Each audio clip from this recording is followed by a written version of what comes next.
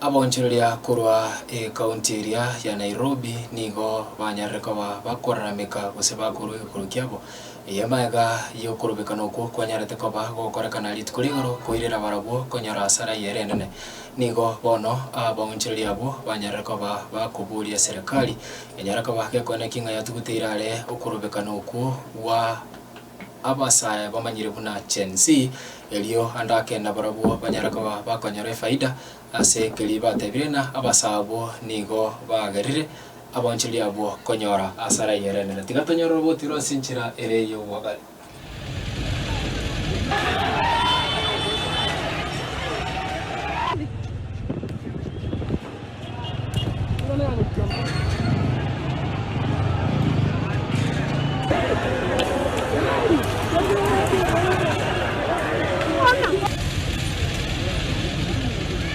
Sisi kama wakazi wa Githurai tunataka amani. Tunataka amani. Kama za hii watu walijitokeza wakiwa na tumaini wanaenda kazi. Tumefungua makazi zetu tukijua tutauza. Lakini saa hii furugu sasa inaona imeanza. Tunaenda kufunga makazi zetu. Tunataka amani. Tunataka peace. Tupendane. Ndio hii nchi ikue. Inaleta anga hasara kwa sababu wengine wanakujanga si maandamano, wengine ni kuharibu. Saa hii wakati hakuna amani, Githurai maisha yetu inakuwa chini sana.